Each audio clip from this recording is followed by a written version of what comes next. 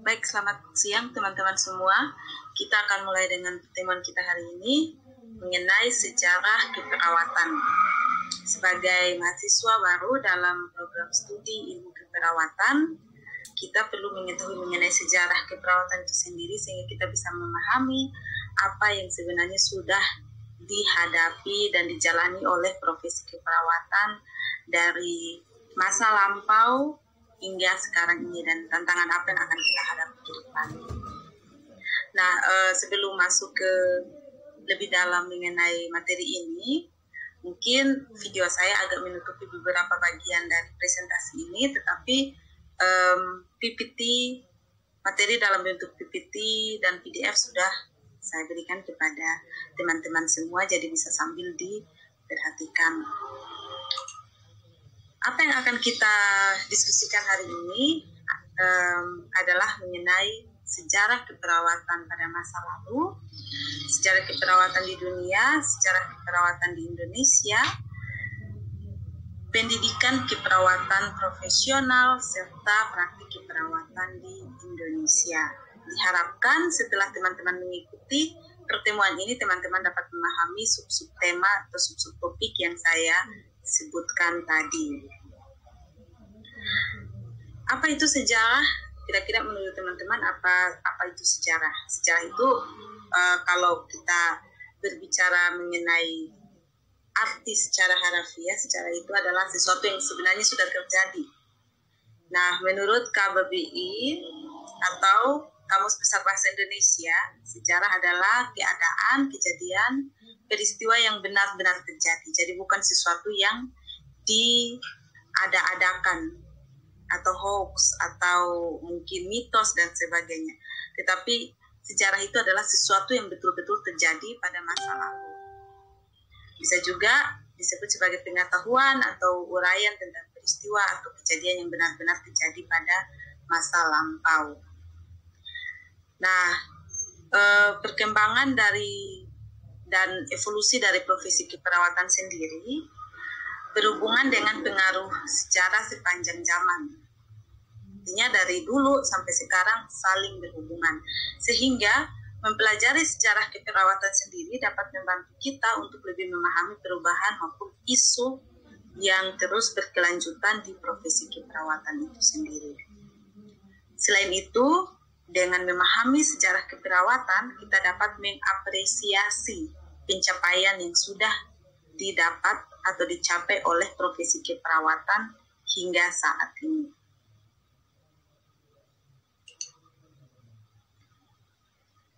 Kalau kita berbicara mengenai praktik keperawatan, praktik merawat orang, praktik tersebut bukanlah hal yang baru. Keperawatan bukanlah hal yang baru.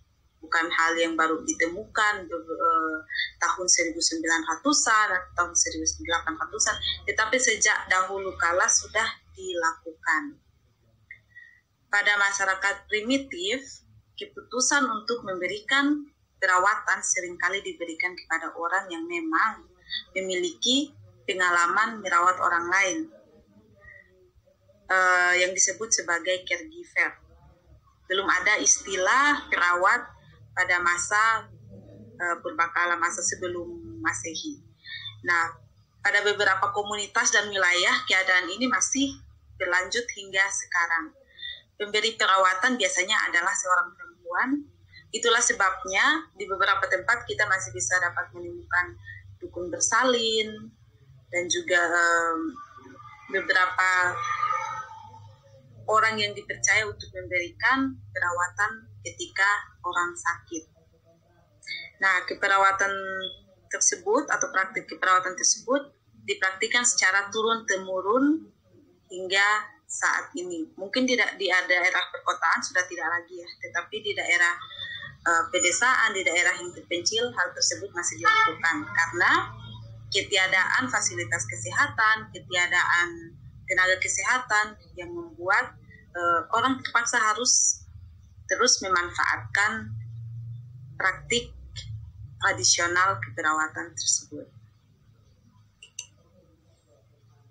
Nah, mari kita lihat, kalau berdasarkan kronologis atau berdasarkan waktu ya, timeline, Maka sejarah keperawatan di masa lampau itu dapat dibagi menjadi beberapa bagian. Sebelum Masehi, lalu di awal Masehi, kemudian di abad ke-18, nanti masuk di abad ke-19 hingga sekarang. Nah, sebelum Masehi, seperti yang saya sampaikan di slide sebelumnya, pemberi perawatan atau caregiver adalah perempuan yang dipercaya memiliki kemampuan untuk memberikan pertolongan atau perawatan kepada orang sakit. Nah, bagaimana cara mereka mengetahui atau mempelajari hal tersebut? Biasanya dilakukan secara turun-temurun menggunakan lisan ya, bukan sekolah seperti sekarang ini kita memiliki tingkat pendidikan misalnya sarjana keperawatan lalu kita menjadi seorang perawat, tetapi pembelajaran mengenai praktik keperawatan itu diberikan di dalam keluarga sehingga turun-temurun secara lisan. Nah, hingga sekarang praktik ini di beberapa tempat masih jauh dari fasilitas kesehatan masih dilakukan. Sebagai contoh, perawatan ibu setelah melahirkan biasanya dilakukan oleh seorang kakak perempuan. Biasanya kan setelah melahirkan di rumah sakit, ibu akan dibawa pulang ke rumah. Nah, di rumah itu yang biasanya menolong ibu melahirkan itu adalah orang terdekat atau orang yang sudah berpengalaman. Nah, yang berpengalaman itu biasanya adalah kakak perempuan, ibu kandung, ataupun ibu mertua yang sudah memiliki pengalaman melahirkan dan melakukan perawatan persalinan atau perawatan postpartum. Kalau di dalam rumah ada orang tetapi tidak memiliki pengalaman tersebut, biasanya tidak akan dipercaya untuk memberikan perawatan atau untuk memberikan perawatan kepada ibu.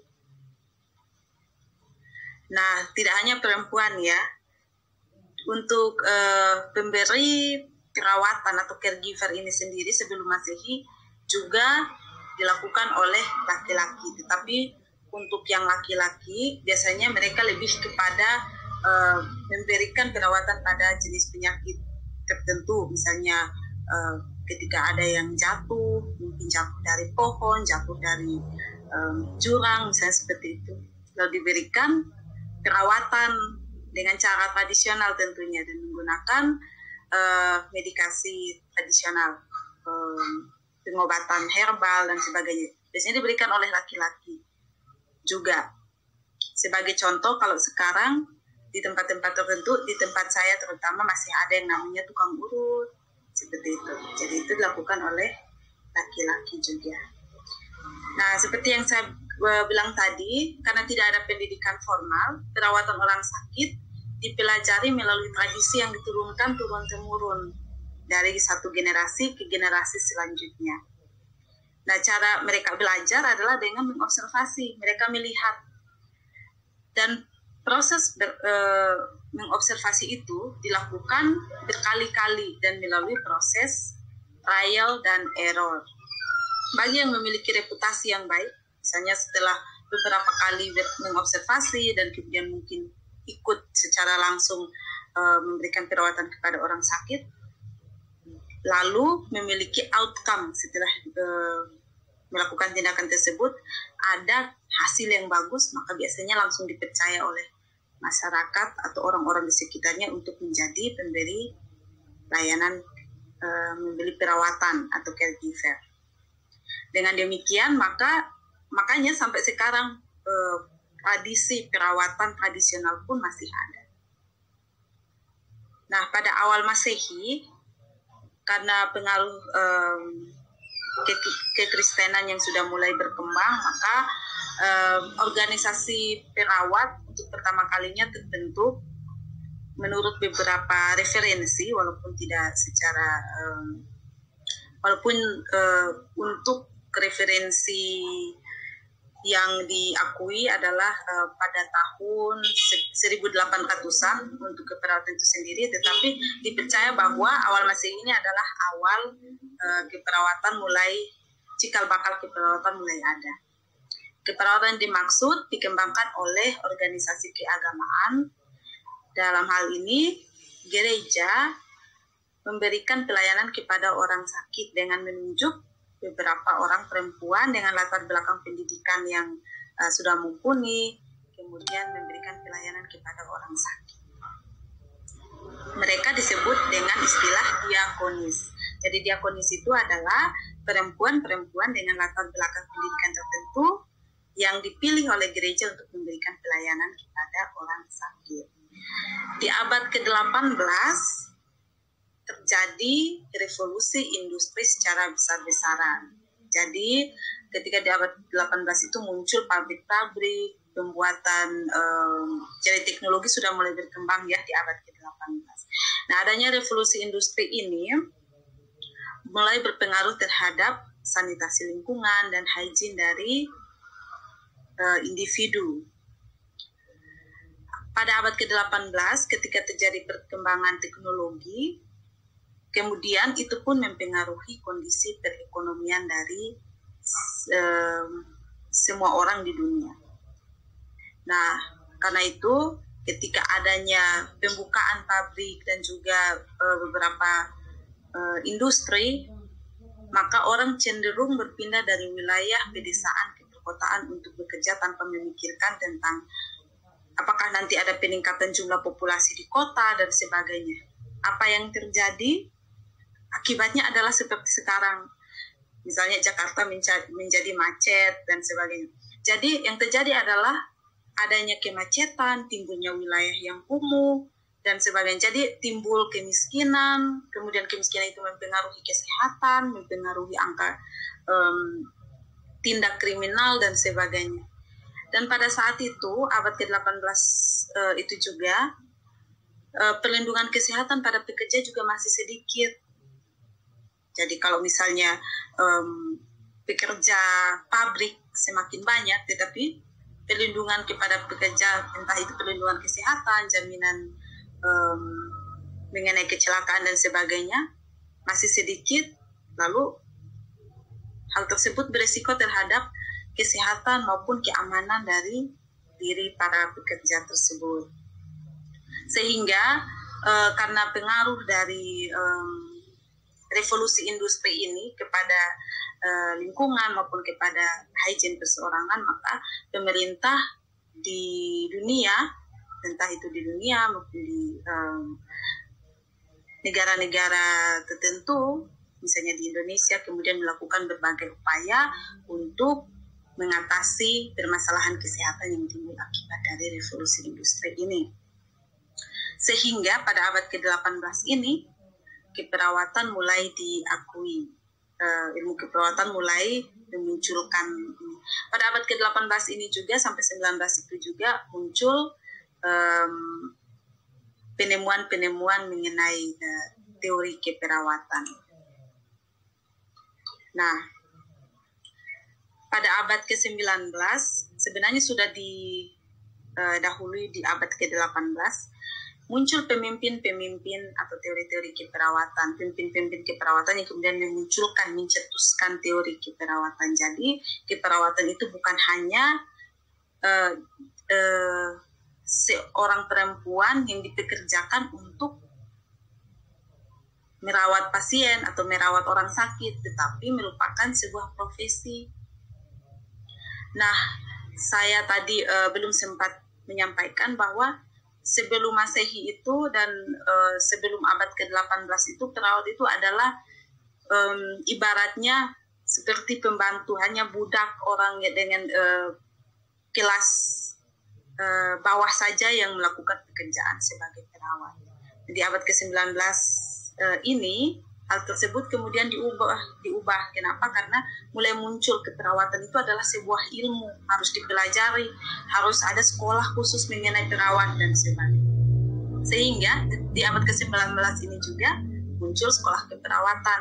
Nah, pemimpin keperawatan pertama atau pencetus ide atau teori keperawatan pertama adalah Florence Nightingale.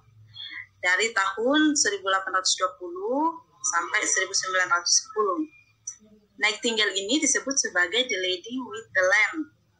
Kenapa? Karena Nightingale ini membawa lampu belum ada listrik ya, untuk merawat tentara-tentara yang waktu itu terluka karena akibat perang Krimean, perang Krim di Inggris.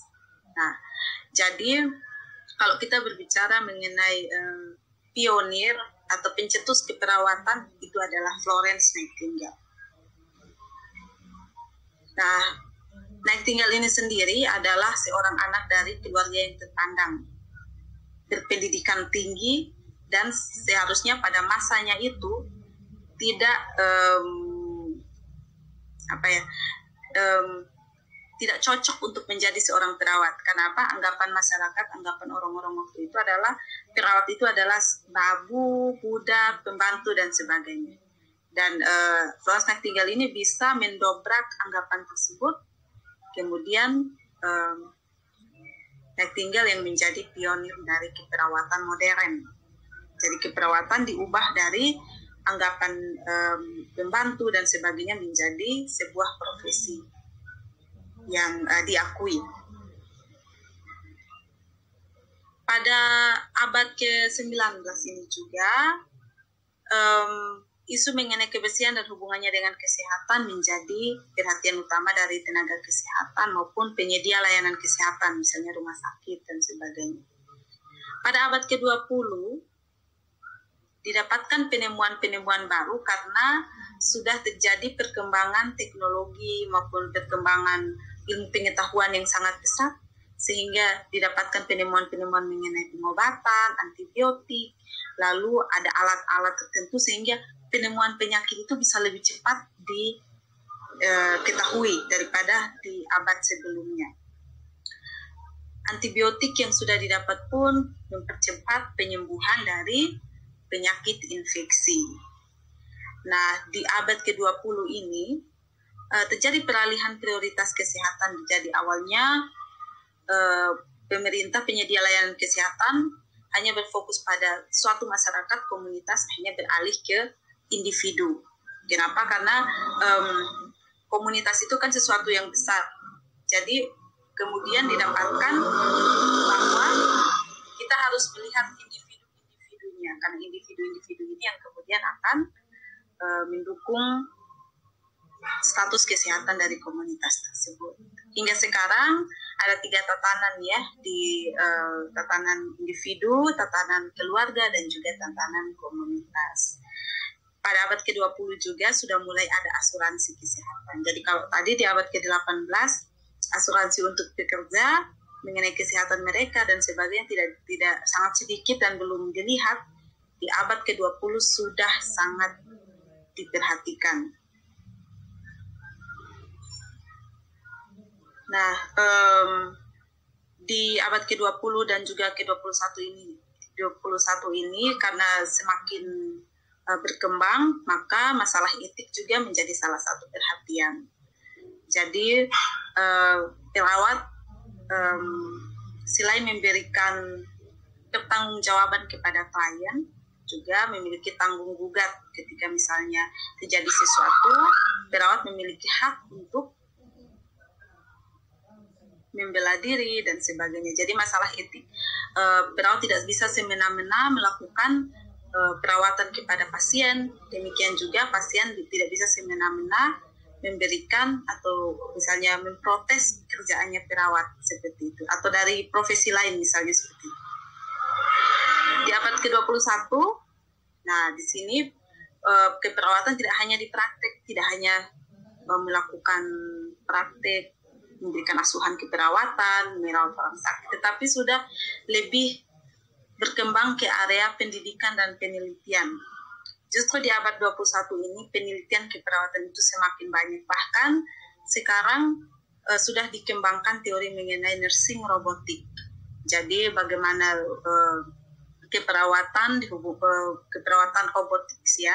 Jadi di Jepang itu ada seorang ahli yang berusaha untuk membuat robot yang sangat mirip dengan manusia untuk sangat mirip dengan sifat-sifat dari perawat untuk melakukan tugas keperawatan. Walaupun kita tahu ya kalau robot dan manusia itu sangat berbeda dengan dalam hal empati dan juga mungkin simpati seperti itu. Tetapi untuk hal-hal lain karena perkembangan teknologi, jadi kecerdasan artifisial, bagaimana cara berbicara, bagaimana cara bergerak dan sebagainya bisa dipelajari dan bisa diprogram dan dimasukkan ke robot maupun ke dalam komputer. Seperti itu. Nah, kalau berbicara mengenai sejarah keperawatan di dunia, seperti yang saya katakan tadi, dimulai dari Eropa dengan kemunculan Florence Nightingale di tahun 1920. Nah, si Florence Nightingale ini dia merawat orang asing, orang yang tidak dikenal, baik di rumah sakit ataupun di rumah mereka. Kemudian dia melakukannya ketika pandangan masyarakat atau pandangan orang-orang lain mengatakan bahwa perawat itu adalah profesi yang di kelas bawah, seperti itu. Florence Nightingale adalah orang pertama yang menggunakan prinsip ilmiah dan pendidikan untuk merawat pasien. Jadi teorinya Florence Nightingale ini adalah mengenai lingkungan. Florence percaya bahwa sakit, penyembuhan, dan sehat itu dipengaruhi oleh lingkungan yang ada. Kalau misalnya dalam satu ruangan yang sempit, kemudian terdapat banyak pasien, maka mungkin penyembuhannya akan semakin lama. Makanya di teorinya Florence Nightingale itu pencahayaan, lalu kebersihan, udara yang bersih, itu menjadi perhatian utama untuk kesembuhan pasien. Di Amerika sendiri, keperawatan dipengaruhi oleh adanya perang sipil dan juga perkembangan sekolah keperawatan Nightingale. Nah, di Amerika ketika terjadi perang sipil, perawat pada saat itu kebanyakan adalah istri-istri dari tentara ataupun relawan perempuan yang memiliki pengetahuan perawatan berdasarkan pengalaman merawat orang lain sebelumnya, jadi bukan berdasarkan pendidikannya, tanpa sekolah ataupun tanpa pelatihan formal. Dengan adanya perang sipil dan pertumbuhan ekonomi, terjadi perpindahan penduduk yang cukup besar. Pada saat itu terjadi perpindahan penduduk yang cukup besar dengan banyaknya imigran, baik dari Eropa maupun dari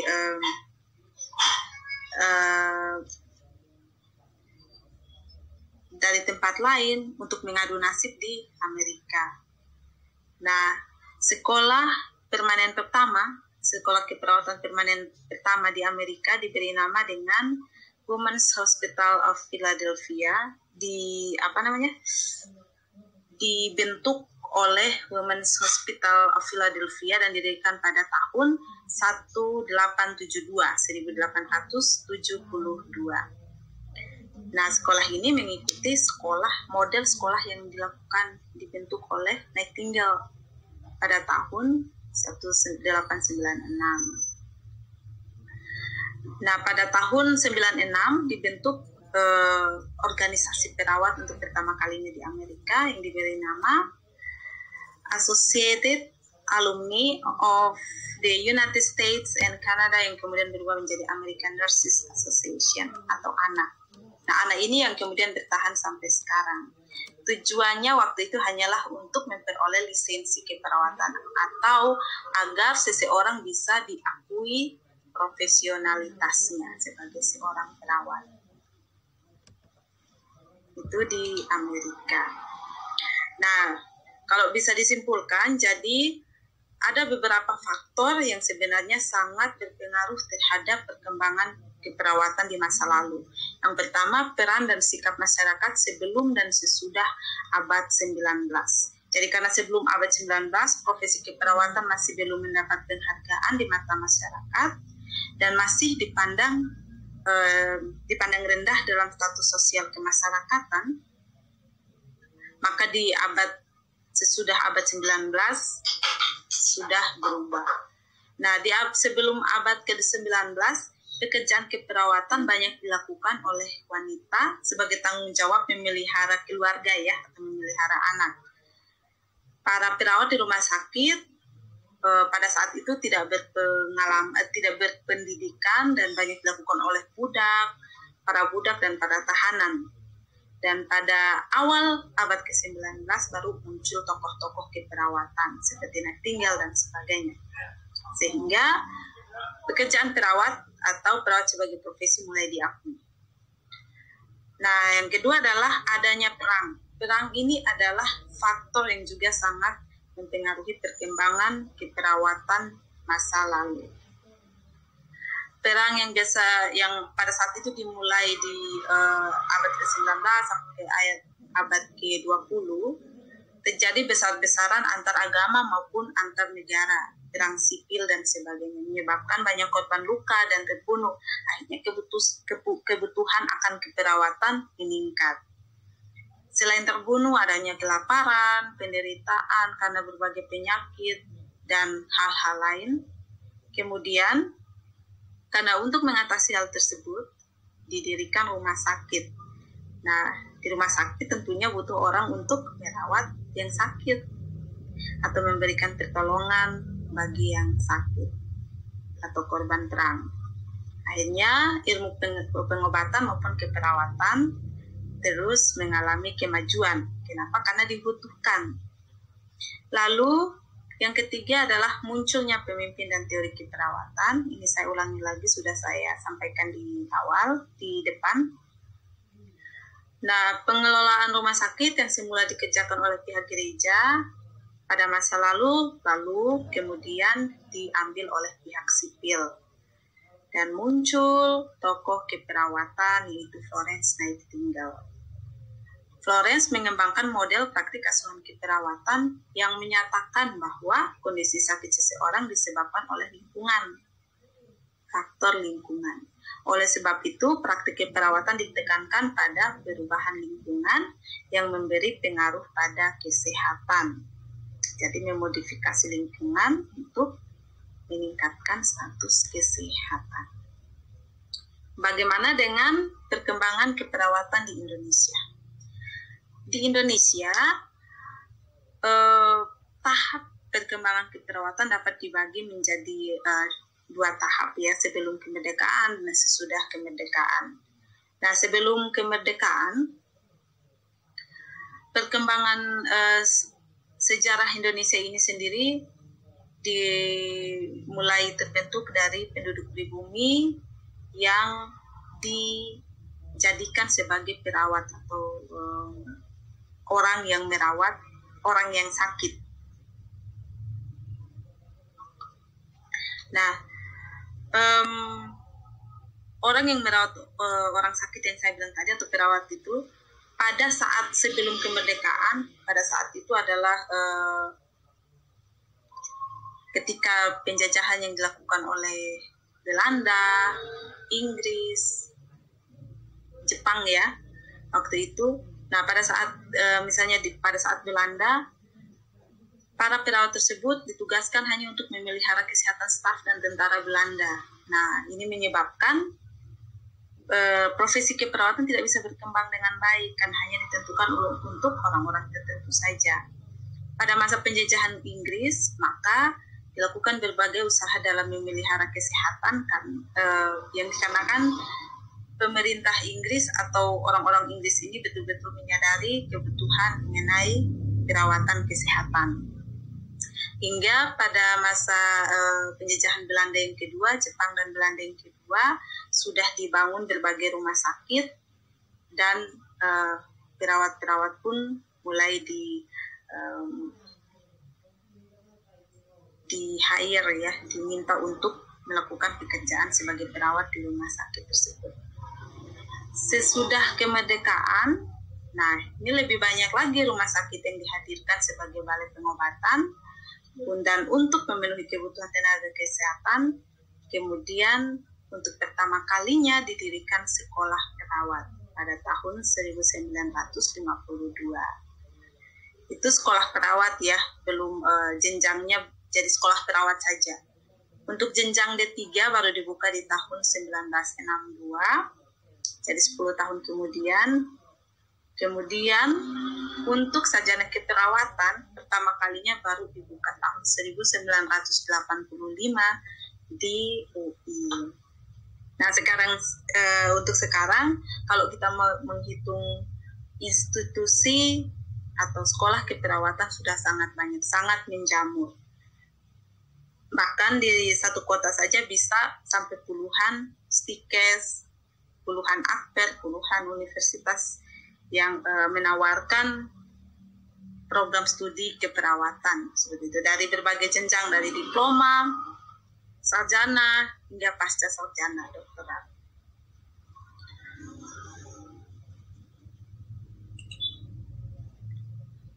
Nah, untuk sekarang keperawatan di Indonesia mengacu pada Undang-Undang Republik Indonesia Nomor 38 Tahun 2014 tentang keperawatan. Di situ dijelaskan bahwa keperawatan adalah kegiatan pemberian asuhan kepada individu, keluarga, kelompok, atau masyarakat dalam keadaan sakit maupun sehat. Jadi keperawatan itu berbeda dari profesi yang lain ya. Nah, pemberian asuhan keperawatan. Kalau berbicara mengenai keperawatan, harus bisa dibedakan dengan misalnya kedokteran atau misalnya dengan gizi, sanitarian, dan lain-lain. Lalu, siapa sih perawat? Perawat adalah seseorang yang telah lulus pendidikan tinggi. Jadi kalau seseorang yang hanya berbekal pengalaman merawat orang lain tidak bisa disebut sebagai perawat lagi.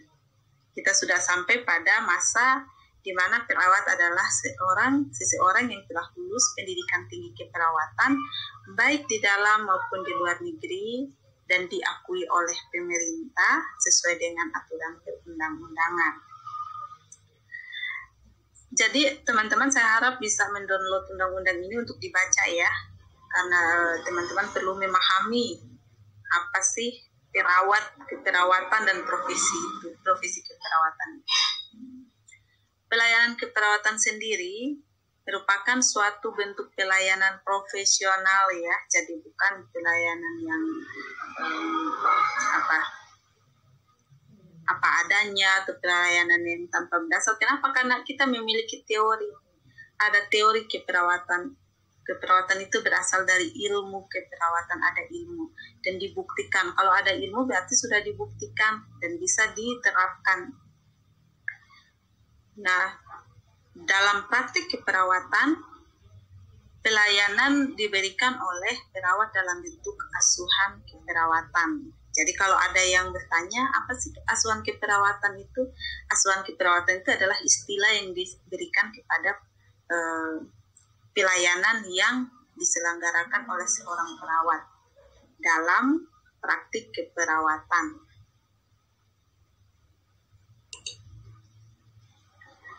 Kita lanjut ke pendidikan profesional keperawatan. Nah, minimal ada 3 jenjang profesi keperawatan. 3 jenis pendidikan profesional keperawatan. Yang pertama, pendidikan vokasional. Yang kedua, pendidikan akademik. Yang ketiga, pendidikan profesi. Untuk pendidikan vokasional, mungkin teman-teman tahu ya, mungkin sebelum masuk ke sini, mencari tahu dulu pendidikan keperawatan seperti apa baru masuk ke sini. Kecuali bagi mereka yang mungkin masuk ke sini karena dimasukkan orang lain, karena didaftarkan orang lain seperti tanpa mengetahui latar belakang dan sebagainya. Nah, pendidikan vokasional itu adalah jenis pendidikan diploma 3, D3 ya. Kalau gelarnya biasa disebut dengan AMD Care, Ahli Madya Keperawatan.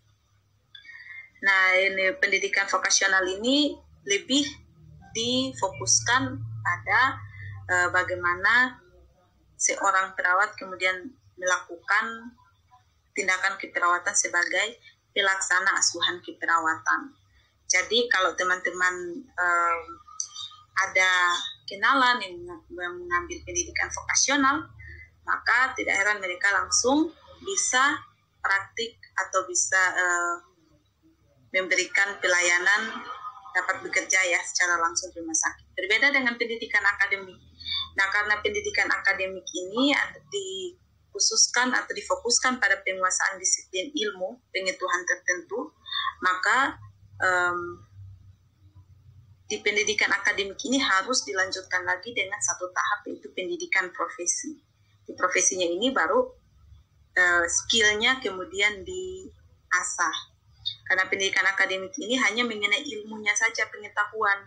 Jadi ketika kalau misalnya kita bandingkan dengan teman-teman yang ada di vokasional, teman-teman yang ada di sini, calon-calon sarjana, harusnya lebih menguasai rasional apa yang ada dari setiap tindakan yang dilakukan atau setiap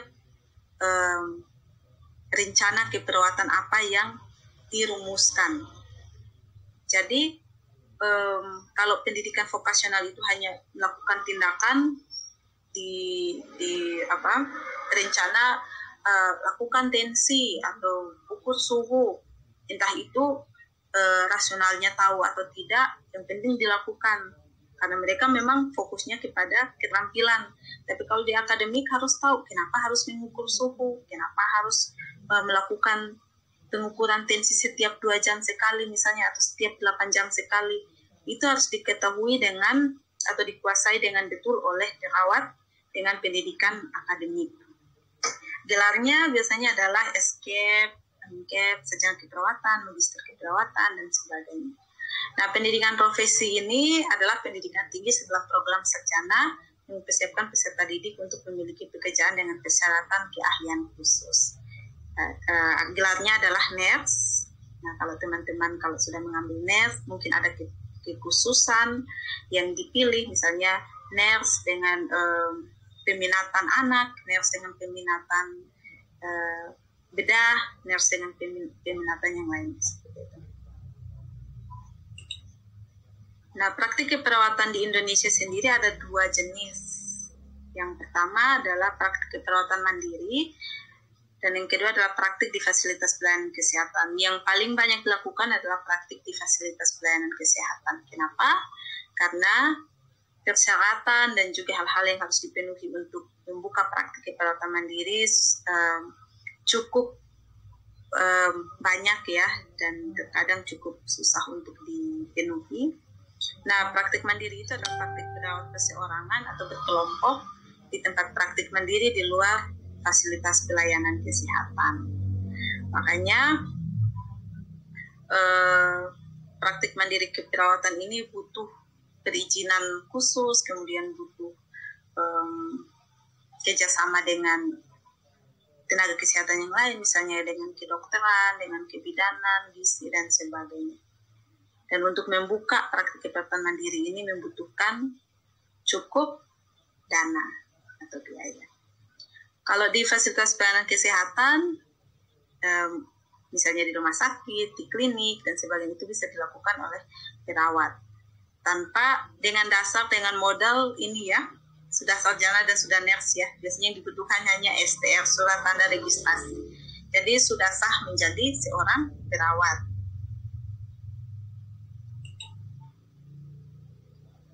Nah, apa saja tugas perawat? Setidaknya ada 4 tugas perawat. Yang pertama, memberikan asuhan keperawatan atau merawat orang sakit. Yang kedua, memberikan penyuluhan, menjadi penyuluh atau konselor terhadap masalah-masalah yang dihadapi oleh orang yang sakit atau klien. Jadi tidak hanya orang sakit ya, orang sakit dan sehat. Jadi orang sehat pun ketika butuh untuk meningkatkan kesehatan, maka perawat harus tetap ada. Itu tugas perawat. Lalu pengelola pelayanan keperawatan, itu sebagai seorang manajer, ya untuk manajemen kesehatan, lalu menjadi peneliti dalam keperawatan, mengembangkan ilmu keperawatan secara terus-menerus. Pemberi asuhan keperawatan contohnya apa? Contohnya seperti mengukur suhu, kemudian misalnya memberikan perawatan luka pada pasien, misalnya memiliki luka dekubitus, luka karena diabetes mellitus ya, mungkin ada yang punya pengalaman dengan itu adalah contoh dari pemberi asuhan keperawatan. Kalau penyuluh atau konselor, misalnya seorang Bapak yang menderita hipertensi kemudian datang, lakukan konsultasi apa yang harus dilakukan untuk menurunkan atau mempertahankan tensinya tetap stabil dan tidak naik turun. Lalu perawat bisa memberikan beberapa masukan. Dengan cara itu, perawat menjadi penyuluh atau konselor. Selanjutnya mengenai ruang lingkup standar praktik keperawatan. Nah, kita masuk ke praktik keperawatan di Indonesia itu seperti apa? Ada 5 ya standar praktik keperawatan. Jadi setiap kali melakukan asuhan keperawatan, 5 standar ini harus dipenuhi. Pertama adalah standar pengkajian, standar diagnosa keperawatan, intervensi keperawatan, implementasi keperawatan, dan evaluasi keperawatan. Mungkin ini pertama kalinya teman-teman mendengarkan istilah-istilah ini. Istilah-istilah ini akan menemani teman-teman hingga menjadi seorang perawat dan bahkan di rumah sakit ataupun di tempat dimanapun teman-teman berada sebagai seorang perawat ya, pasti tidak akan lari atau tidak akan keluar dari kelima standar ini. Yang pertama adalah pengkajian. Dalam pengkajian ini, seorang perawat mengumpulkan data mengenai kondisi klien. Pengumpulan datanya bisa dilakukan dengan wawancara, bisa dilakukan dengan pengukuran, misalnya tinggi badan, berat badan, wawancara mengenai apa yang dirasakan oleh pasien, klien, misalnya ketika ada pasien yang datang, lalu perawat bertanya, namanya siapa Pak, umurnya berapa, apa yang dirasakan, keluhannya sudah berapa lama, seperti itu. Itu adalah standar pertama, melakukan pengkajian. Di pengkajian ini data yang harus diambil itu harus sangat lengkap. Tidak hanya data mengenai keluhan pasien secara fisik, tetapi juga mengenai biopsikososiokultural, secara biologis, fisik, psikologis juga harus ditanyakan, sosial relasinya dengan atau interaksinya dengan orang lain, dengan istri, dengan orang-orang di rumah dan sebagainya juga harus ditanyakan. Kultural, tradisi, spiritualnya pun harus ditanyakan. Apa harapan-harapan Bapak atau Ibu dan sebagainya. Karena itu akan mempengaruhi ketika kita memberikan asuhan keperawatan. Lalu ada standar diagnosa keperawatan. Di standar ini, perawat kemudian menentukan sebenarnya pasien ini memiliki masalah apa sih. Misalnya pasiennya datang dengan diagnosa dokter ya, dokter mengatakan dia mengalami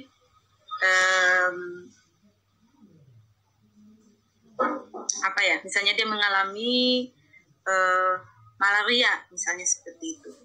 Maka diagnosa keperawatan, kita tentukan masalah keperawatannya apa, bukan menentukan lagi pasiennya malaria, bukan. Kita tentukan yang sedang dihadapi oleh pasien ini menurut keperawatan itu apa. Apakah suhu tubuhnya tinggi, apakah kekurangan nutrisi, apakah gangguan rasa nyaman. Karena itu yang akan kita atasi. Kita tidak akan mengatasi malarianya, tetapi kita mengatasi gejala-gejala yang muncul akibat malaria itu. Jadi di situ letak perbedaan antara keperawatan dan kedokteran. Kalau kedokteran diagnosanya diagnosa medis, penyakit, mereka mengatasi penyakit, kita mengatasi masalah keperawatan apa yang muncul. Jadi gejala apa yang muncul, apakah ada peningkatan suhu tubuh, kita turunkan suhu tubuhnya, entah itu dengan tindakan mandiri ataupun dengan tindakan kolaborasi. Misalnya dengan dokter lagi, kita kolaborasi memberikan obat.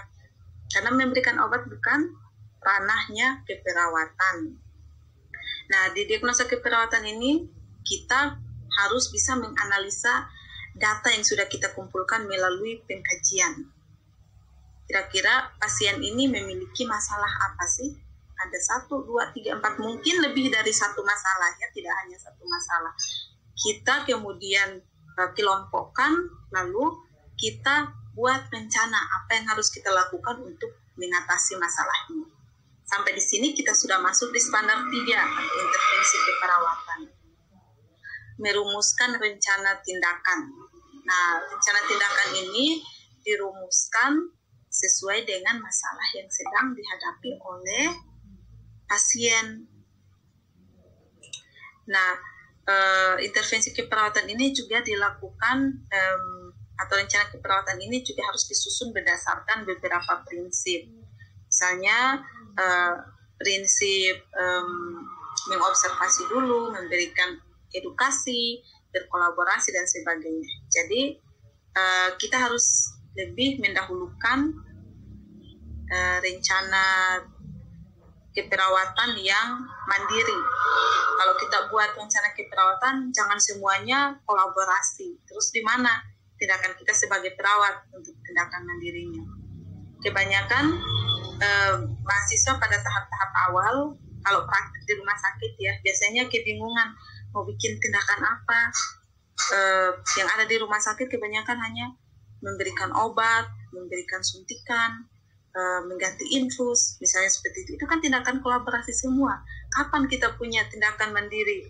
Padahal tindakan mandiri itu banyak yang bisa direncanakan. Misalnya melakukan memposisikan pasien dalam keadaan yang nyaman, atau misalnya mengontrol tanda-tanda vital dari pasien, atau misalnya memperhatikan bagian atau kebersihan diri dari pasien, memandikan pasien dan sebagainya, atau misalnya memasang kateter dan sebagainya. Itu adalah tindakan mandiri perawat. Lalu di implementasi keperawatan, perawat harus melakukan apa yang sudah direncanakan, walaupun mungkin tidak semua yang direncanakan dapat dilakukan, mengingat waktu, mengingat kondisi pasien dan sebagainya. Lalu evaluasi keperawatan. Di evaluasi keperawatan, perawat harus mengevaluasi kondisi klien setelah diberikan tindakan keperawatan. Kenapa?